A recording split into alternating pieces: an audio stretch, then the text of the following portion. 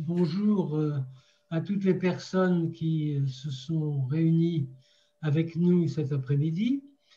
Vous voyez qu'une fois de plus, la Chambre de commerce du Brésil en France est très active en dépit des circonstances.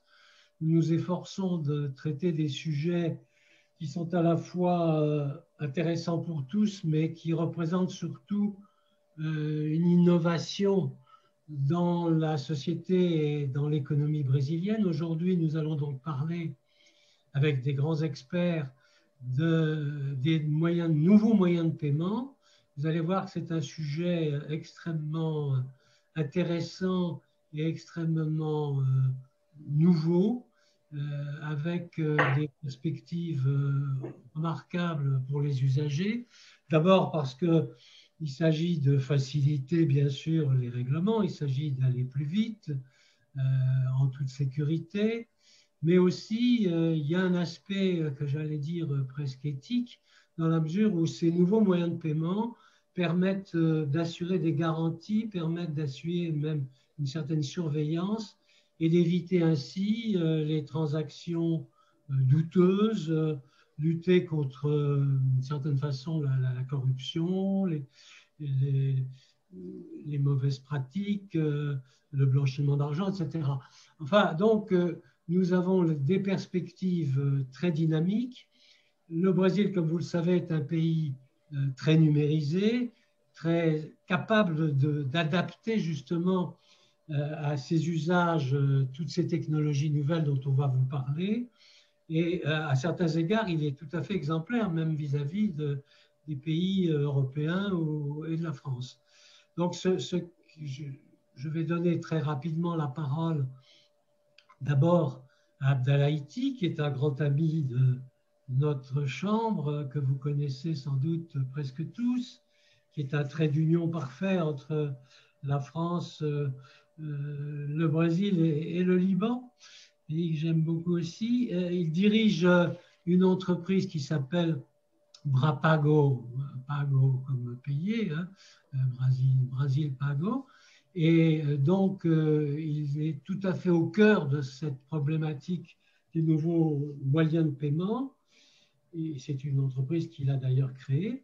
Et puis, nous aurons comme second orateur le directeur de l'innovation et du marketing d'un groupe qui nous est aussi très cher à la Chambre, qui s'appelle Edenred, que vous connaissez sans doute tous aussi, et qui est administrateur de la Chambre de commerce de Brésil en France. Et notre camarade Pablo Rivera va vous expliquer comment justement Edenred applique des techniques nouvelles au Brésil pour faciliter les règlements de ses clients de manière extrêmement innovante. Voilà, je donne la parole tout de suite au premier orateur, Abdallah, et vous allez voir que c'est un sujet extrêmement vivant et très innovateur. Et puis à la fin de leurs interventions respectives, on pourra bien sûr procéder aux habituels dialogues, questions-réponses, et je crois que ça pourrait être très, très vivant. À tout de suite. Merci Philippe. Bonjour, c'est Abdallah Iti. C'est devenu presque un rendez-vous avec la Chambre de pouvoir mettre à jour tous les membres ici présents qu'est-ce qui se passe sur le marché brésilien du paiement et où nous en sommes et avec les bons résultats de 2020. Mais surtout, j'étais ému quand la date a été fixée à aujourd'hui, 17 mars. J'ai dit, c'est une date un peu souvenir. Elle nous a marqué il y a un an. On est tous enfermés chez nous, presque. Et aujourd'hui, j'espère que la conférence qui est faite à distance, on ne se voit plus, on ne se touche plus, que dans un an, je mets ici un souhait pour nous tous, que dans un an, on fera peut-être une conférence comme ça, mais on sera tous en présentiel à la Chambre, à l'ambassade. Cette présentation, je vais la faire en deux parties. La première partie avec Pablo sur l'expérience d'Edenred, et moi je ferai la partie Brapago, où réellement on a utilisé les nouvelles technologies de paiement pour changer un peu le monde qui nous entoure.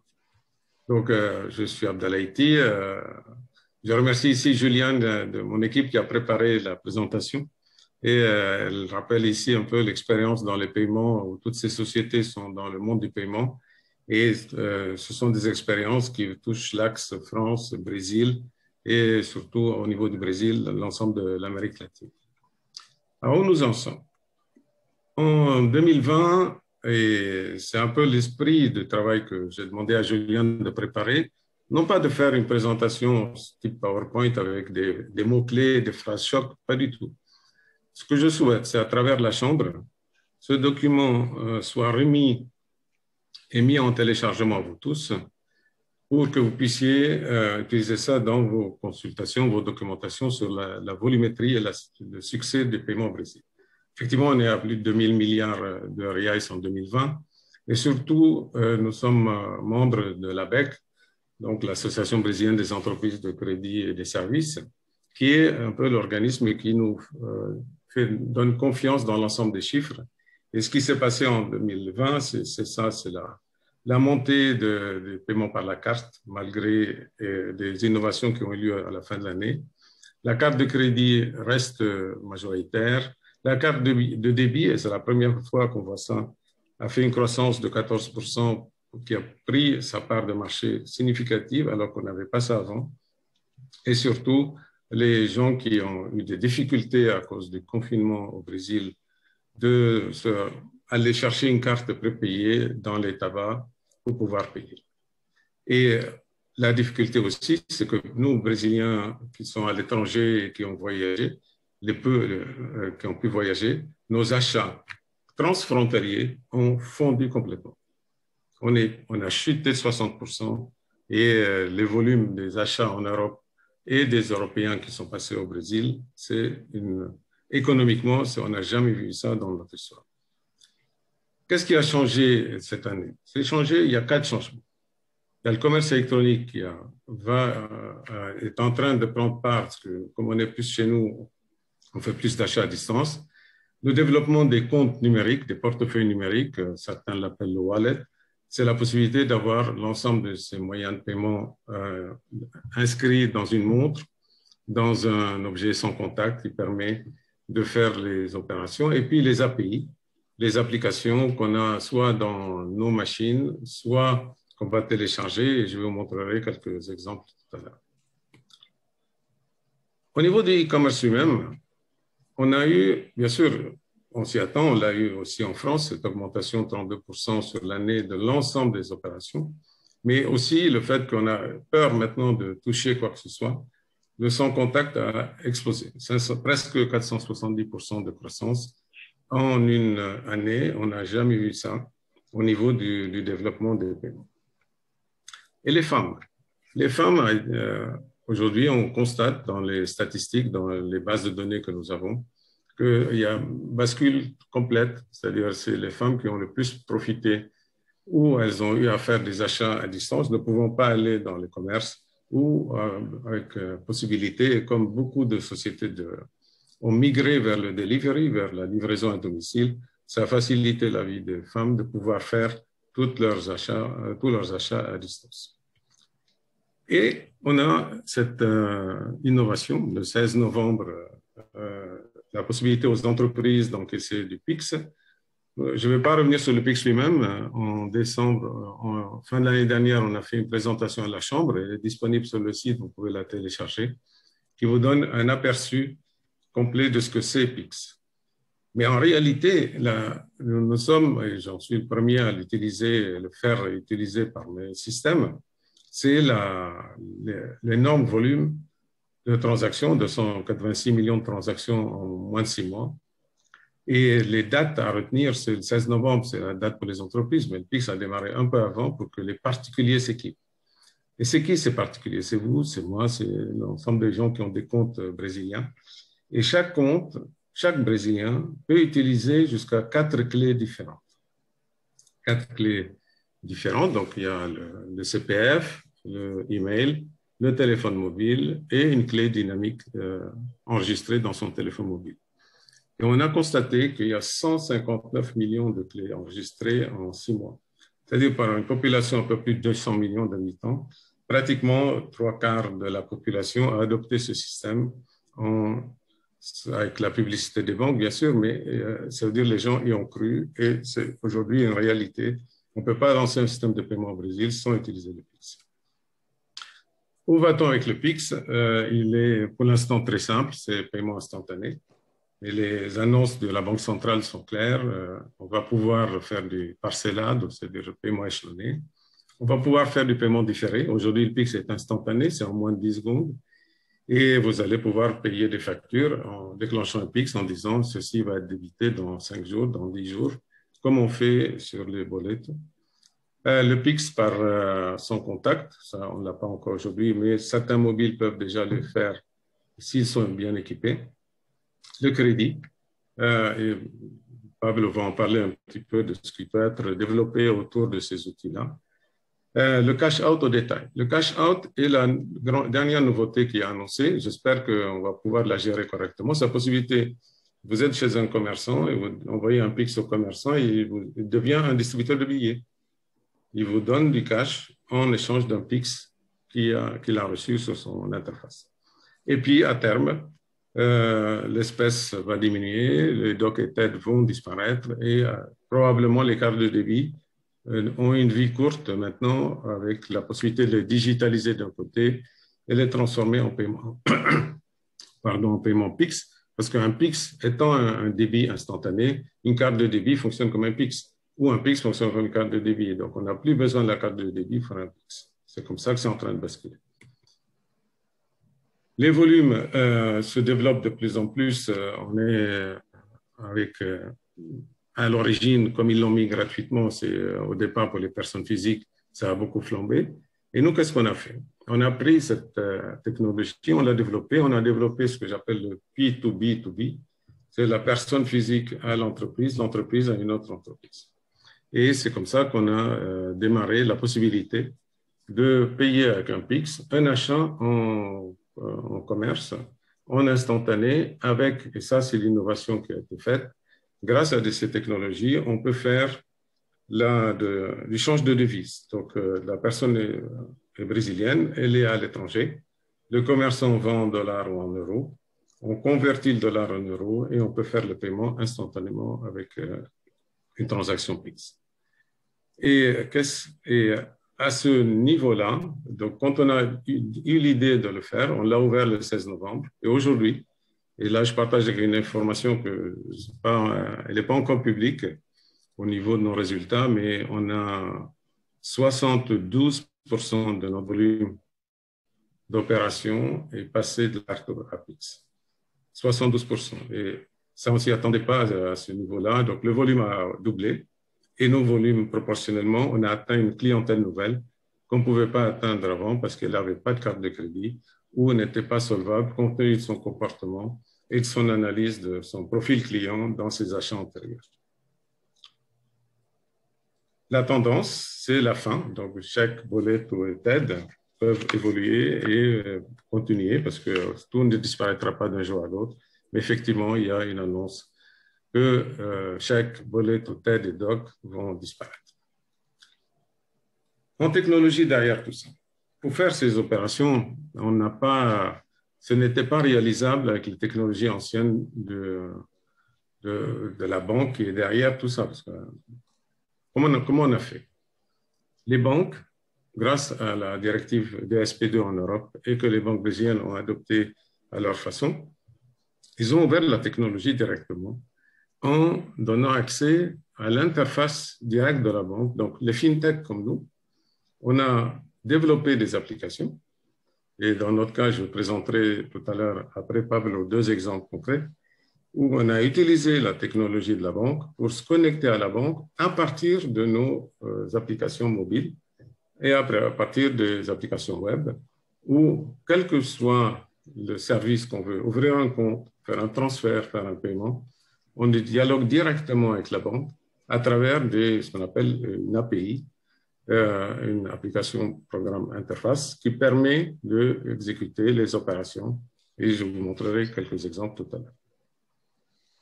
Une autre innovation qui a eu lieu et qui est annoncée est en cours, c'est les communautés brésiliennes se développent. Il y a une grande partie de la population, de 45 millions, n'ont pas d'accès aux banques encore et émergent grâce à l'innovation technologique des banques numériques destinées aux communautés, et vous aurez un article complet là-dessus qui vous permet d'avoir une bonne vision vers où on va, et ça permet à toute la population brésilienne, et je dirais peut-être tout à l'heure, si le débat le permet, quelques avis sur où va-t-on au niveau du contrôle pour que toute la société brésilienne soit digitalisée. Demain, on va travailler sur 4 choses. Le premier, c'est le paiement sans contact. Donc ça avance et il y a beaucoup de travail encore là-dessus. On est au début des bracelets, des montres, tous les outils qu'on a connectés. Donc nos corps vont être connectés. On pourra même naturellement, avec le fait d'être présent, et c'est déjà une authentification forte, ça va impacter beaucoup toutes les procédures KYC au niveau de l'identification des clients. Le développement de la monnaie numérique et blockchain, c'est maintenant acquis, même si les banques centrales disent qu'elles réfléchissent, mais en fait, elles ne peuvent plus rien faire pour arrêter le phénomène. Les commandes vocales, la biométrie, la reconnaissance faciale vont permettre à vos visages, à vos montres, à vos Android et Apple de devenir votre moyen de communication avec le monde. Et puis, il y a toujours WhatsApp qui essaye toujours de se battre pour arriver à obtenir qu'on puisse faire des paiements par WhatsApp et avancer dans ce sens-là. Voilà, donc voilà le panorama de ce qui est en train de se passer sur le marché du paiement au Brésil. Ce que je peux vous dire, c'est que toute l'équipe est mobilisée parce qu'on a tous ces chantiers en même temps et on avance là-dessus. Merci beaucoup. Je passe maintenant la parole à Pablo. Très bien. Merci beaucoup, Abdallah, et bonjour tout le monde. Je vais partager mon écran. Okay.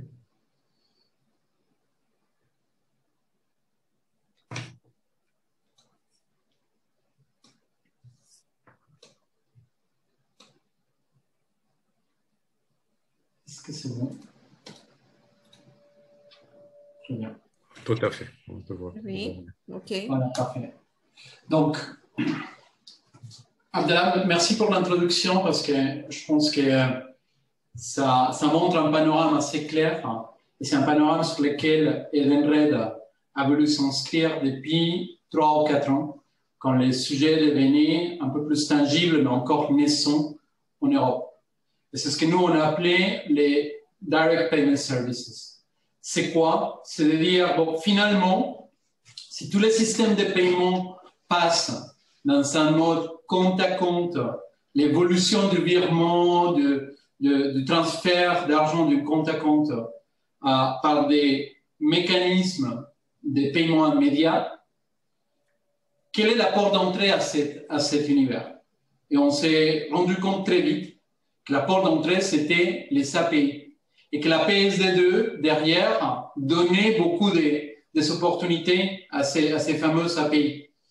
Et donc, on a construit un produit structuré autour des 3 grands sujets de l'expérience d'utilisation d'un paiement quand on veut le faire un élément online et un utilisateur ou entre 2 sociétés online. C'était d'abord les logins, la connexion, l'identification de ce porteur. Comment je m'en assure que cette personne qui est derrière son ordinateur, derrière son écran de téléphone ou peut-être ailleurs, est bien la bonne personne. La deuxième, comment je donne l'information en temps réel de la balance et de la capacité de paiement à cet commerçant qui veut effectuer cette transaction. Et la troisième, c'est finalement comment je suis capable de déclencher ce paiement, de lancer ce paiement entre l'utilisateur remote et un service qui peut se trouver ailleurs. Et donc, on a construit notre produit autour de ça et on s'est très vite posé la question, bon, finalement, technologiquement, c'est beau, c'est sympa, c'est intéressant, mais quelle est la valeur que ça amène à nos utilisateurs et à nos marchands? Et ça qu'on a découvert, c'est qu'il y a un nouveau acteur, ou il y avait à l'époque un nouveau acteur qui entrait dans l'écosystème qui étaient les partenaires e-marchands. C'est qui ces partenaires e-marchands? C'est ces plateformes qui, dans les modèles de restauration, ticket resto, ticket d'alimentation, et on va voir plus tard encore dans des autres modèles, c'est dit, bon, je peux intermédier ou je peux me placer au milieu d'un utilisateur et un restaurateur, par exemple. Et c'est là, nous avons mis des Rappi, nous avons mis des iFood, nous avons mis des Uber Eats. Mais finalement, quand ils mettent en relation ces deux acteurs, qui sont les mêmes acteurs que nous et Edenred on met en relation, les paiements, c'est un sujet qui est assez particulier. Et les paiements dans l'argent fléché, c'est l'argent qui permet de venir fomenter une utilisation spécifique et contrôlée de l'argent, donc très utile dans ces temps difficiles à la relance économique, a besoin de aussi Edenred dans cet écosystème. Donc, on a commencé à travailler avec certains acteurs et on s'est rendu compte que c'était un support pour nos marchands, pour nos restaurants. Pourquoi? Parce qu'on pouvait amener ces volumes de transactions du monde digital chez les marchands, qui très souvent sont des petits restaurateurs, avec les gérants du restaurant qui est le propriétaire et son proche entourage qui est en salle, qui est en cuisine. Et les amener cette possibilité d'utiliser les tickets restaurants dans les plateformes de livraison était hyper important pour nous. Mais on s'est rendu compte très vite aussi que c'était une demande forte de nos utilisateurs.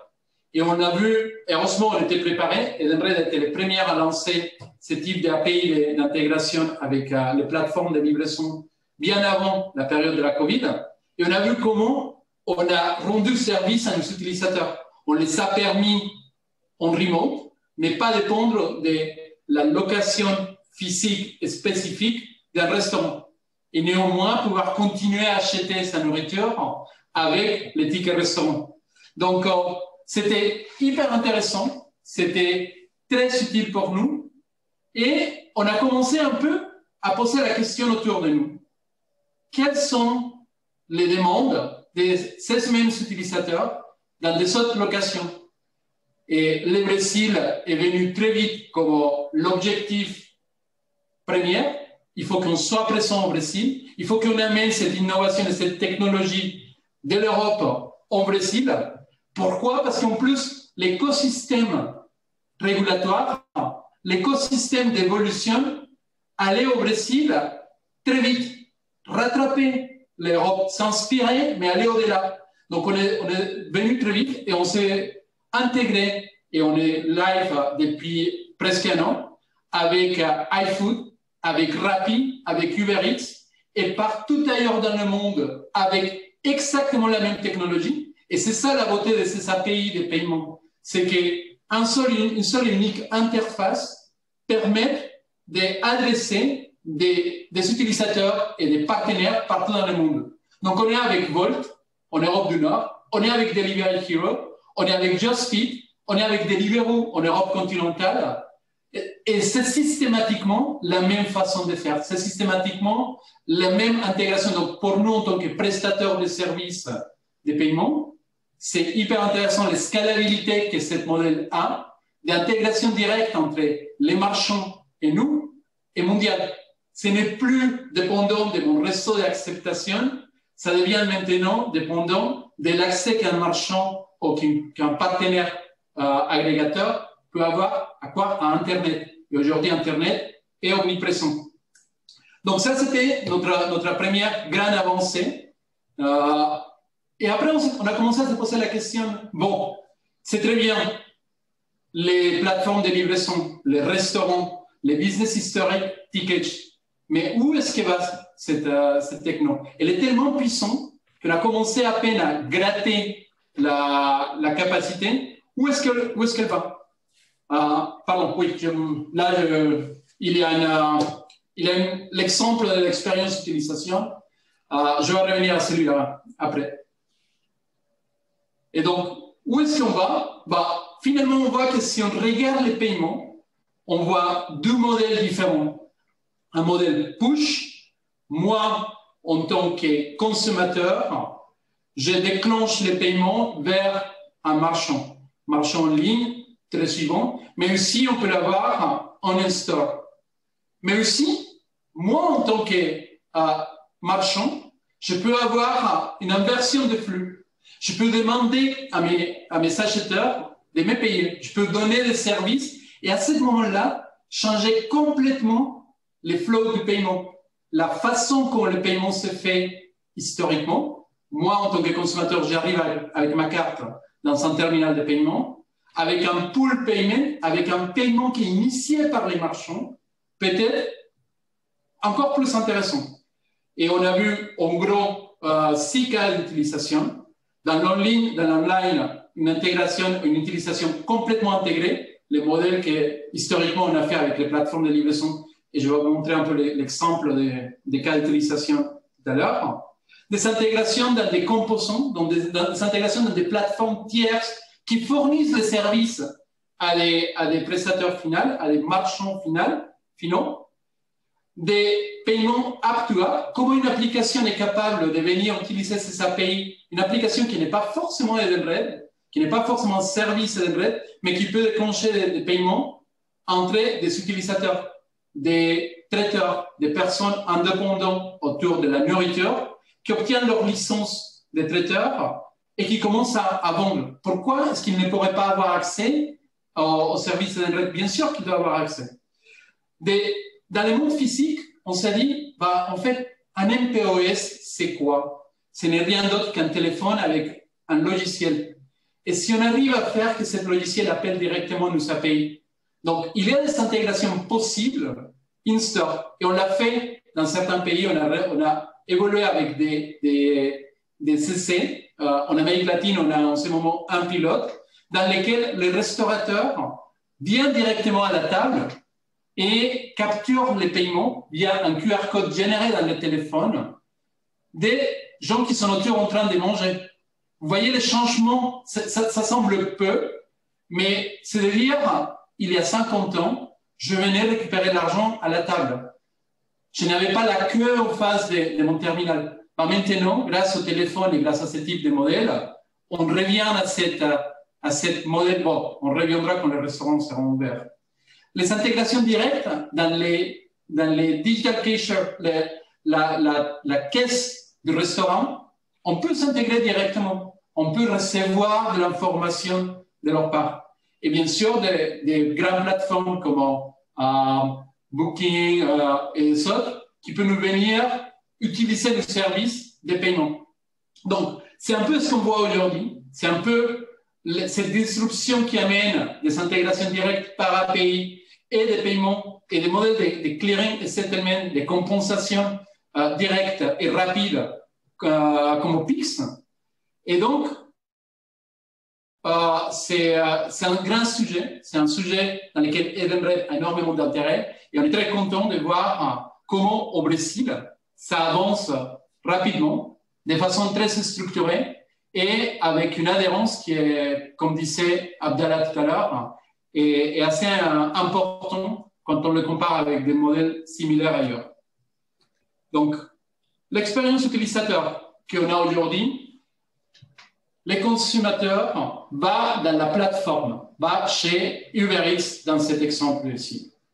À partir d'UberX, il dit « je vais activer mon ticket resto ». Et cette activation des tickets resto va se faire chez Edenred, mais au sein de la plateforme. L'expérience utilisateur est complètement simplifiée et travaillée au maximum pour que ça soit simple, rapide, mais toujours sécure. Et toujours avec un niveau de conformité avec la régulation assez élevé. Et c'est tout le sujet de l'activation.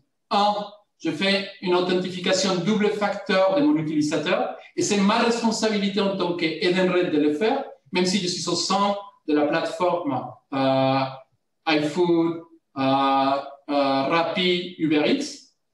Et une fois que j'ai fait cette authentification, je demande les consentements et je lui dis, maintenant, toi, mon ami, tu vas accepter que je me connecte avec eux pour que tu puisses simplifier ta vie.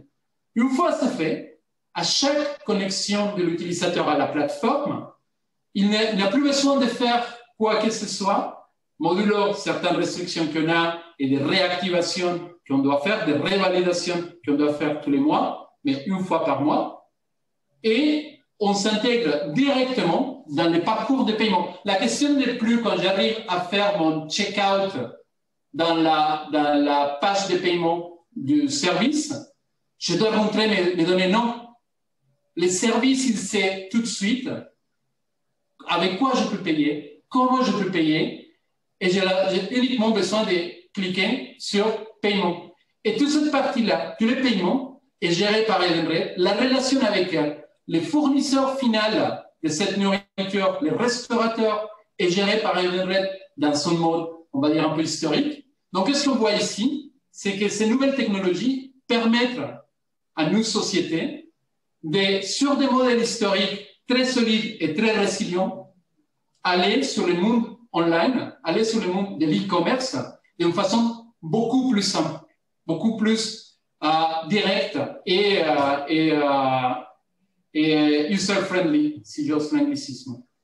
Voilà, c'est ce que je voulais vous présenter aujourd'hui. Ça fait 2 ans qu'Edenred travaille là-dessus et depuis 2020, début 2020, dans la première moitié de 2020, on a intégré au Brésil, avec les 3 grandes plateformes de livraison. On a sorti notre propre modèle d'agrégation, toujours pour simplifier cet accès à la nourriture.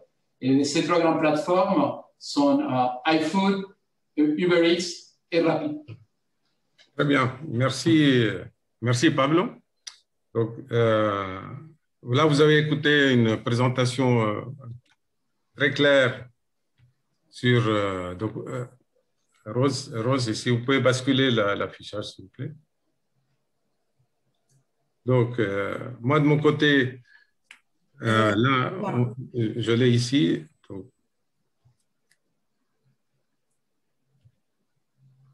vous pouvez partager maintenant. Vous voyez mon écran? Oui. Voilà. Donc là, vous avez écouté une très bonne présentation, Pablo. Merci beaucoup de cet exemple concret d'utilisation des nouvelles technologies. Et Pablo vous a dit plusieurs fois API, API, API, API. Ben, peut-être pour certains d'entre vous, et ça sera souvent, on parle de technologie, mais Philippe tout à l'heure m'a dit, mais montrez-nous derrière, qu'est-ce qu'il y a derrière ces choses-là. Et là, c'est ça une API. C'est du charabia peut-être pour certains ou de technologie pas claire pour certains d'autres parce qu'ils ne voient pas. Mais en fait, aujourd'hui, nous, Brapag, on a un grand partenaire au Brésil qui est la banque BS2. Vous voyez l'URL ici, bs2.com. BS2 est une banque très bien positionnée sur le marché des devises.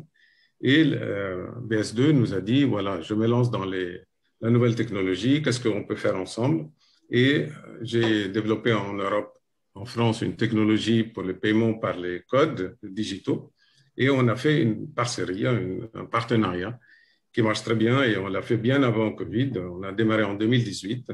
On a créé une plateforme automatique qui permet à des consommateurs d'être présents, brésiliens qui sont à l'étranger, d'être chez un commerçant.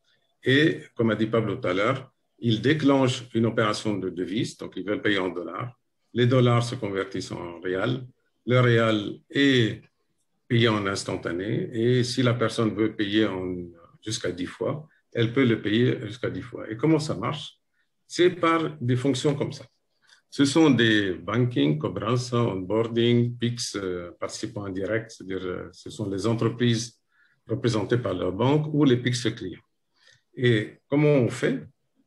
On regarde ici, par exemple, PIX client. Et qu'est-ce que ça veut dire? Il y a une procédure, comme a dit Pablo tout à l'heure, une authentification. Et toutes les fonctions sont là. Et c'est un peu de technologie. Donc, ça veut dire que, et je l'ai dit l'autre jour dans la famille, à préparer vos petits-enfants au coding. Le coding, c'est-à-dire chacun de nous va écrire des programmes. La génération qui vient de passer n'a pas écrit de programme. Elle a utilisé des programmes écrits par des autres. Mais préparez-vous, et surtout ceux qui ont des petits-enfants, envoyez-les aux écoles de coding, ils vont faire du codage. Ils vont récupérer des codes comme ça. Ils vont pouvoir les télécharger et les installer dans leur interface, dans leur mobile, et vous pouvez faire vous-même vos propres applications. Et qu'est-ce qu'il y a derrière ça? Derrière ça, il y a la possibilité que les banques ont innové et qui ont permis de mettre à disposition des clients des outils d'accès à la banque sans accéder au site web de la banque.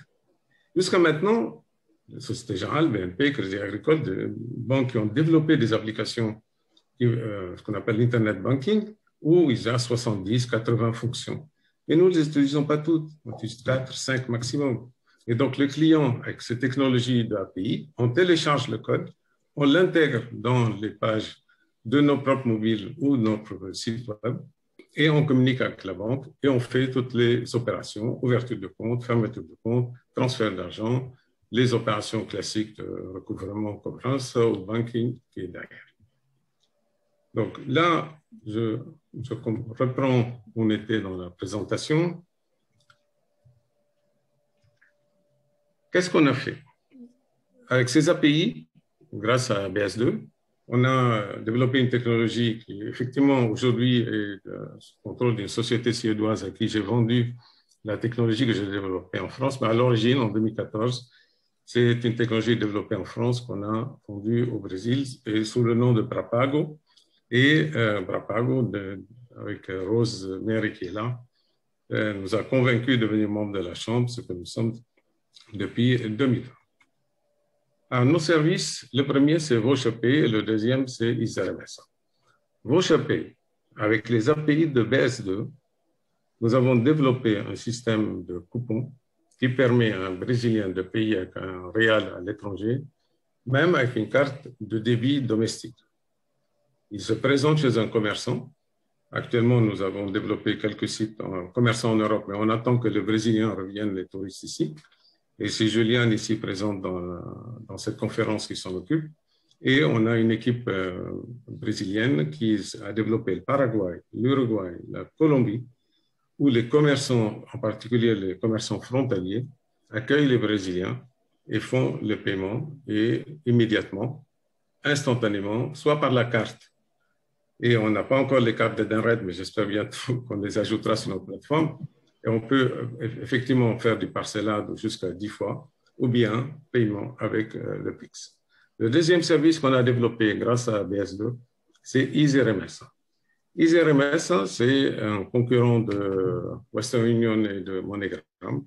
Ça vous permet aux Européens dans l'autre sens, ceux qui sont actuellement en Europe, grâce à DSP2 et grâce au protocole SEPA, de pouvoir envoyer des euros au Brésil, convertis grâce à BS2 en devises par l'API Change, émettre le document juridique pour pouvoir faire le paiement de l'autre côté. BS2 exécute le paiement final, soit par Pix, soit par TED, soit par un envoi de document doc directement. Les sites web sont là, ça c'est EasyRMS et vous allez avoir des annonces cette semaine de réouverture d'une deuxième phase de développement. On a ouvert Boleto le 16 novembre, au même moment que le Pix a ouvert, et l'équipe est prête pour vous annoncer dans quelques jours la possibilité de transfert d'argent direct à partir de l'Europe. Vous envoyez des euros et les bénéficiaires le reçoivent en réal en quelques minutes, immédiatement, dès qu'on a les fonds qui arrivent à notre banque en Europe. VaucherPay, c'est l'application qu'on a développée qui vous permet de faire le paiement direct grâce à BS2 au niveau des commerçants, et toutes ces applications, et grâce aux nouvelles technologies, elles existent toutes en mobile, ce qui permet, quel que soit l'endroit où vous êtes dans le monde, vous avez tous vos moyens de paiement brésiliens sont dans vos machines.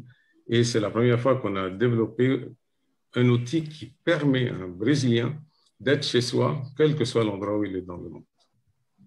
Et le Boleto qui continue de fonctionner, et je crois que quelques personnes ici présentes ils l'utilisent déjà dans la phase pilote. Merci beaucoup à toutes celles qui ont déjà utilisé, majorité féminine.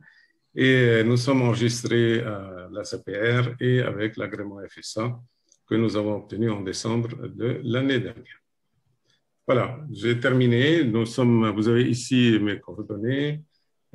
Pablo vous enverra ses coordonnées. Vous avez les deux sites web qui sont devant vous. Vous avez à gauche Brapago, c'est l'entreprise et son produit, c'est Vauchapé. Et en France, on a Ivoé France, qui est la société, et le service s'appelle Isermesa. Et ça a toujours été ma stratégie, que l'entreprise a un nom et le produit a un autre nom. Et donc, Brapago, ce sont les entreprises. Donc là, vous avez un exemple qui illustre bien l'énergie de la relation France-Brésil.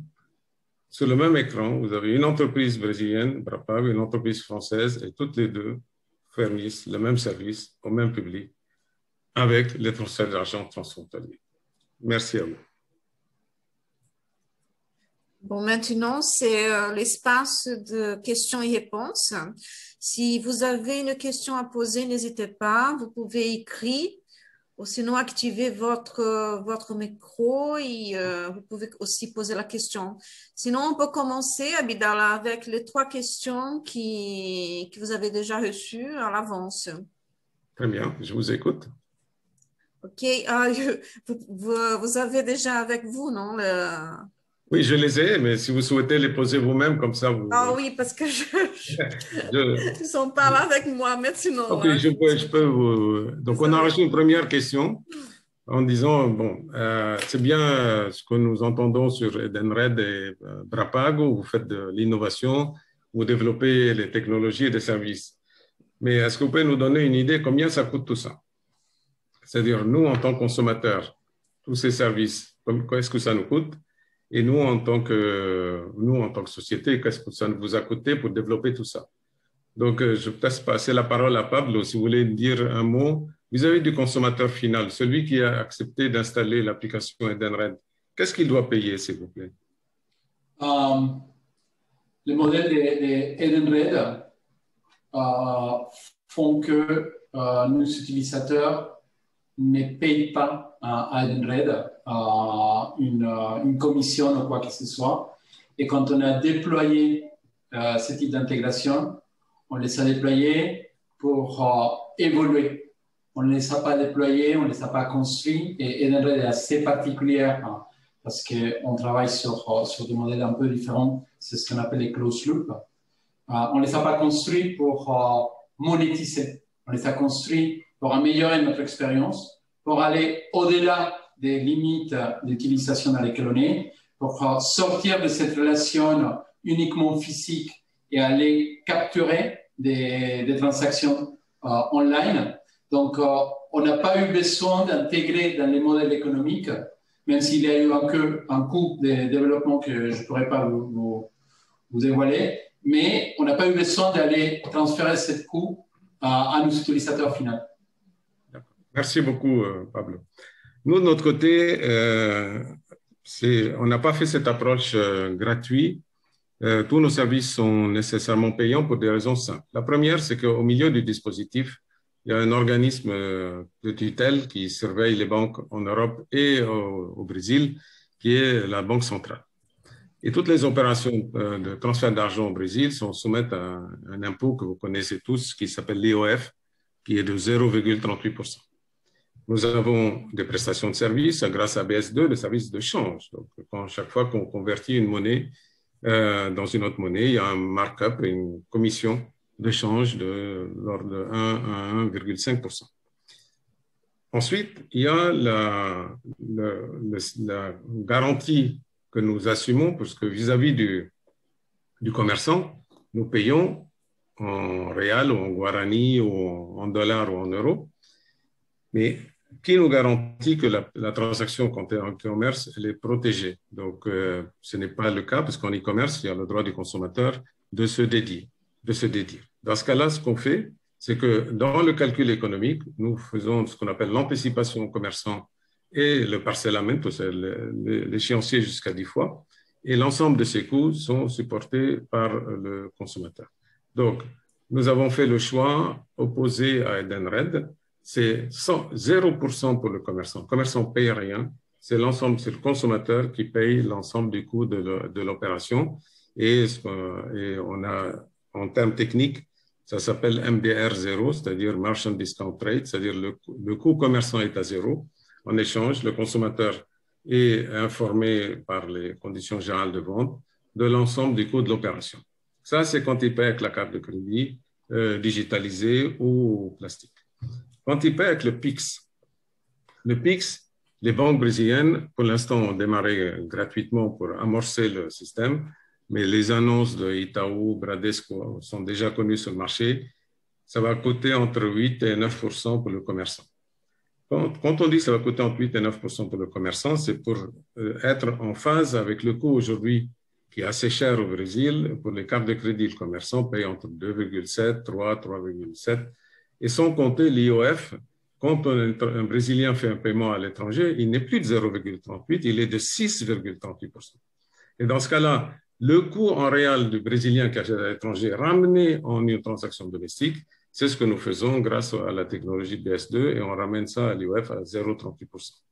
Dans le cas du PIX, comme c'est de l'échange de cash, papier, mais digitalisé où il n'y a plus le papier, pour ramener et avoir la possibilité de payer en réel à l'étranger, le coût pour le consommateur est de 6%. Donc, on augmente le montant de l'opération en réel de 6% pour compenser le coût que va nous charger BS2 pour supporter cette transaction pour que ce soit 0% pour le commerçant. Merci, merci Rosie pour cette première question. Est-ce que vous souhaitez poser la deuxième ou vous pouvez déjà... Mais avant de répondre à la deuxième question qu'on a reçue, est-ce que quelqu'un souhaite intervenir? Ambassadeur Lecourtier, vous avez des questions aussi? Vous m'entendez? Oui. Très bien, très bien. Oui, je me pose la question de savoir comment tout ça est vraiment protégé. Est-ce qu'il n'y a pas de risque d'intrusion, d'interférence? Et aussi une autre question qui est connexe, c'est est-ce que les pouvoirs publics peuvent avoir un droit de surveillance sur ces transactions nouvelles? Pablo, Ouais. Alors, deux choses. La première, on parle ici d'un port d'entrée dans le système financier historique. Donc, in fine, il y a un transfert d'argent qui se fait du compte d'un porteur, d'une personne vers les comptes d'un marchand. Donc, tout ce système financier est aujourd'hui régulé, est aujourd'hui suivi. Et on ne change pas ces règles, on les améliore, première chose. Et donc, PIX, par exemple, ce qu'il fait, c'est que ce changement d'argent se fait d'une façon beaucoup plus rapide et avec encore plus de possibilités et de sécurité pour les utilisateurs sur la réalité de ces transferts, la matérialité de ces transferts. Et quand on parle des API, ces API ne sont rien d'autre que des portes dans ce système financier par lesquelles on peut entrer. Et en effet, il faut sécuriser cette porte-là. C'est là où toutes les technologies qu'on a aujourd'hui qui nous permettent, et je vais passer les détails techniques, mais en gros, faire les mêmes types de sécurité qui existent entre une carte plastique et les terminals, c'est ce qu'on appelle la cryptographie, cacher un peu les informations au sein des boîtes qui ne peuvent pas être ouvertes que par la personne pour laquelle ils sont entendus d'être ouvertes. C'est ça qui nous permet de sécuriser cette porte.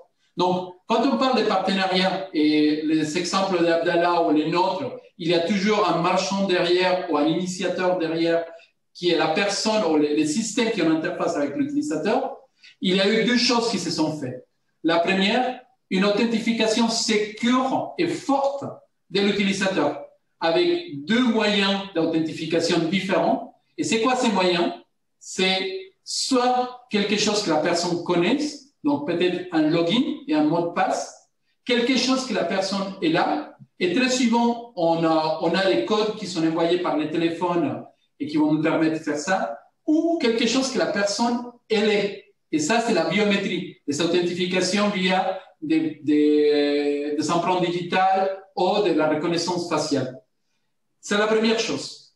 La deuxième chose, c'est comment je m'assure qu'entre cet élément de software, de logiciel qui est authentifié de façon forte à la personne et mon système financier derrière, cette porte, je sécurise tous les canaux. C'est là où on applique cette fameuse technique de cryptographie. Donc, ils sont très sécures sont typiquement très distribués. Et il y a un de nos principaux investissements, en tout cas, c'est aller tester ce qu'on appelle les tests de pénétration, aller nous assurer que chacun de ces portes blindées qu'on met marche et marche bien. Merci Pablo. De notre côté, Philippe, nous avons développé deux aspects. Pour la partie où la personne se trouve à l'étranger et elle va faire un paiement vers le Brésil pour acheter chez un commerçant qui lui-même est à l'étranger, on a besoin de sécuriser nous-mêmes et les deux parties. Nous avons fait pris l'option de la caméra. Donc, toutes nos opérations sont filmées. Et la personne doit montrer son visage, doit montrer ses papiers recto verso devant l'écran. Nous avons bien sûr fait la crypto pour sécuriser les échanges eux-mêmes avec des signatures très fortes. Mais si la personne refuse d'enregistrer son image devant l'écran, nous n'acceptons pas la transaction. Et pour les transferts dans l'autre sens, des IRMS, les Européens, pour faire des transferts vers le Brésil, nous avons fait un double choix. Le premier choix, c'est que nous acceptons, et je l'ai dit tout à l'heure dans la présentation, que des transferts SEPA. C'est que la personne doit être déjà dans une autre banque européenne où elle a déjà fait son KYC dans une autre banque. Si elle n'a pas fait son KYC dans une autre banque, n'a pas de compte dans une autre banque, BNP, Crédit Agricole, autre banque, nous ne la prenons pas. Et la deuxième, c'est le stockage. Le stockage recto verso des pièces d'identité vérifiées par une équipe qui fait le KYC visuel, téléphonique et email pour vérifier que cette personne est bien elle et que les documents sont récents. Et ce n'est qu'à ce moment-là que la personne est validée pour pouvoir faire son opération. Donc, à la fois, on est soumis à un contrôle sécuritaire, mais aussi à un régulateur qui vient régulièrement nous poser la question, origine des fonds, à quoi ça sert ces fonds, quel est le bénéficiaire des fonds, et nous avons l'obligation mensuelle de faire toutes les déclarations pour informer les autorités de l'ensemble des opérations. Donc, nos systèmes sont utilisés parce que les gouvernements les adorent. Pourquoi? Parce qu'on est quelque part un informateur de l'État de l'ensemble des opérations et on a l'obligation de les déclarer et surtout déclarer quand il y a une suspicion de fraude pour alerter les autorités qu'il y a une opération non conforme. Et c'est très important, merci Philippe de cette question, parce que la sécurité est double. Sécurité des échanges électroniques, mais surtout sécurité de la nature même de l'opération. Pourquoi cet argent, à quoi ça sert, qui est le commerçant et quelle est l'origine des fonds qu'utilise le client pour faire le paiement. Merci. D'autres questions? Il y a seulement Marie-Alexis qui passe un bonjour de Guyane et qui a écrit ici dans la partie de questions et réponses, mais c'est tout. Très bien. Il est presque 5 heures. Ce que je propose, Rosie, c'est de mettre l'ensemble des présentations à disposition de toutes les personnes présentes. Oui. Et je voulais, moi, poser la question à l'Assemblée, si je suis présente. Est-ce que, pour ceux qui sont brésiliens et même à l'étranger, est-ce que vous avez tous ouvert vos PIX? Est-ce qu'on peut faire un sondage sur Zoom? Oui, normalement, les gens peuvent répondre. Il a une question. Ah, tout le monde est en train de répondre. Oui, okay. oui. Oui. Okay. Très bien. Voilà. Il y a une question de Bianca. Bonjour à tous. Est-ce que ce système de paiement est-il envisagé dans le cadre des opérations entre deux personnes juridiques? Oui, merci pour la question. C'est Bianca qui a posé ça. Oui. Question. Voilà. Aujourd'hui, la partie IRMS de transfert d'argent et de paiement de boleto, le boleto est émis par une banque brésilienne. Donc, forcément, il y a un CNPJ derrière qui est l'autorité qui va recevoir les fonds. Le boleto peut être émis par une personne morale ou par une personne physique. Donc, la réponse est oui. Vous pouvez faire un paiement à une personne morale, une personne physique, soit par le boleto, soit par le transfert. Du côté remittant, du côté de celui qui va payer. Nous avons effectivement la demande aujourd'hui a été servie uniquement aux particuliers pour faire des paiements. Une personne physique paye une facture, paye La justice brésilienne paye une pension de divorce, paye une école, paye une entreprise, paye un club. Ce sont toutes des entreprises, les paiements. Mais de l'autre côté, la personne est une personne physique. Ce que nous avons permis récemment à des personnes qui représentent des entreprises morales en Europe de pouvoir faire des paiements. Et ça, c'est possible. Donc, la réponse est oui, mais moyennant un KYC spécial pour s'assurer que la personne qui est en train de faire le paiement représente bien le compte de l'entreprise qui va faire le paiement vis-à-vis du bénéficiaire qui, lui, est présent de l'autre côté au Brésil. Ceci est très utile. Les avocats peuvent l'utiliser beaucoup pour faire des paiements dans leur cabinet brésilien à partir de leurs clients qu'ils ont en Europe. Et Abdallah, à Márcia, elle pose la question si les données personnelles sont protégées. Wow, grande question. Pablo, est-ce que vous pouvez nous donner une idée comment vous protégez les données personnelles? Bien sûr. Après. La meilleure façon de protéger les données personnelles, c'est de ne pas les partager déjà.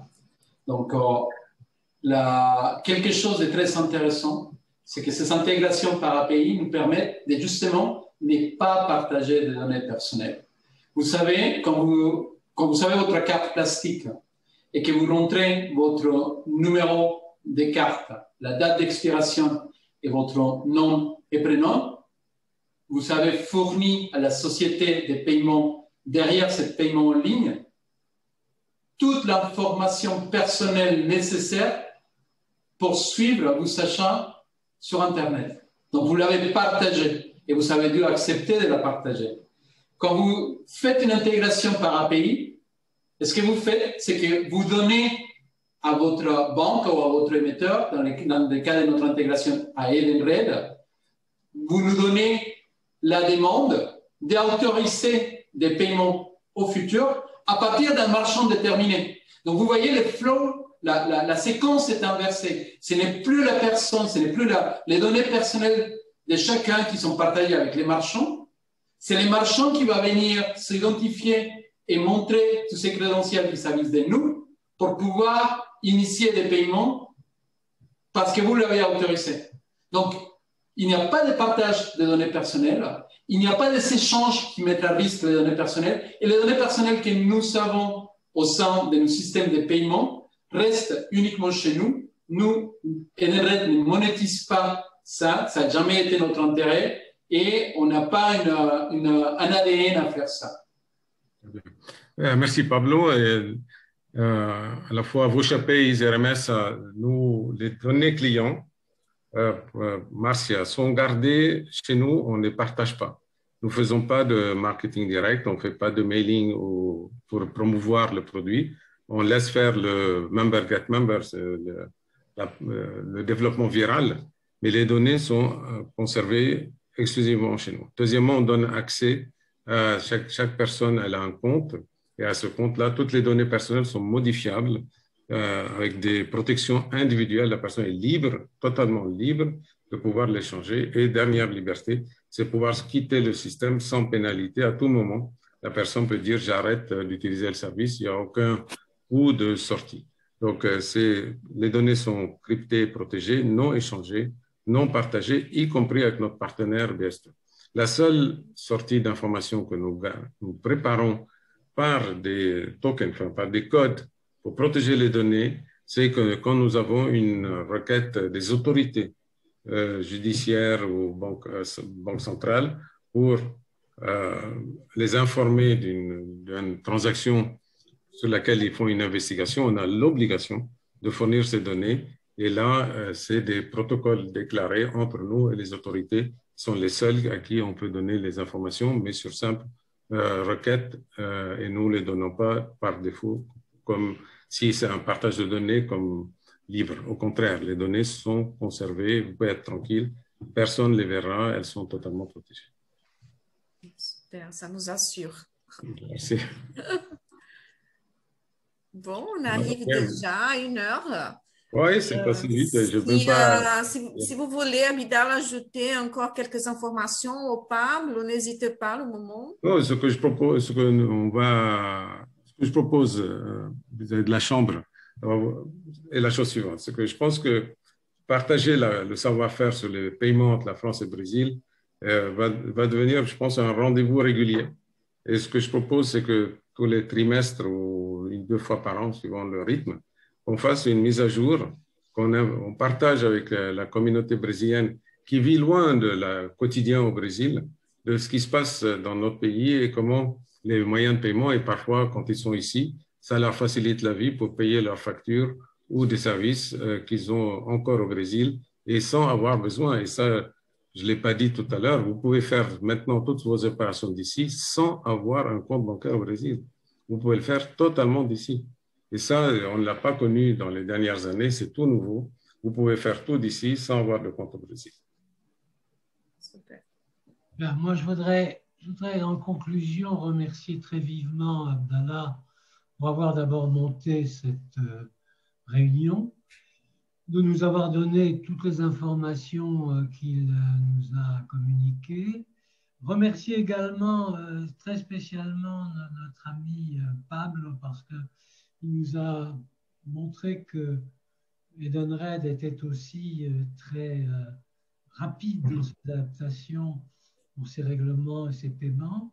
Et puis surtout, moi, ce que je retiens de tout ça, c'est que 2 entreprises françaises ou franco-brésiliennes contribuent d'une façon extrêmement efficace à la mise en place de services tout à fait nouveaux qui facilitent pour les entreprises, pour les particuliers, avec une rapidité et une sécurité extraordinaire, des paiements qui jusqu'à présent posaient pas mal de problèmes, comme c'est toujours le cas d'ailleurs, en particulier quand il s'agit de paiements qui traversent l'Atlantique, en l'occurrence, pas de paiement à l'étranger ou venant de l'étranger. Et toutes ces nouvelles technologies, ces nouveaux produits me semblent extrêmement efficaces et faciliteront certainement la coopération, les échanges entre les 2 pays. Donc, je retiens la suggestion d'Abdallah de pouvoir régulièrement au sein de la Chambre de commerce faire le point sur ces technologies dont je comprends d'ailleurs qu'elles sont en évolution très rapide. Il y en aura d'autres, il y aura d'autres applications, d'autres évolutions de ces technologies. Je m'en réjouis beaucoup. Je vous remercie tous. Je remercie encore une fois spécialement les 2 orateurs et puis Rose qui, comme toujours, nous est très efficace pour introduire les choses, régler le système. Et voilà, et tous ceux qui y ont participé et qui ont bien voulu poser des questions et réfléchir avec nous à ces questions très importantes. Merci. Merci Philippe, merci Rose, merci beaucoup Merci et à très vite. À très vite, à bientôt. Merci Rose, merci Philippe, merci Abdallah et merci à tout le monde. Merci infiniment.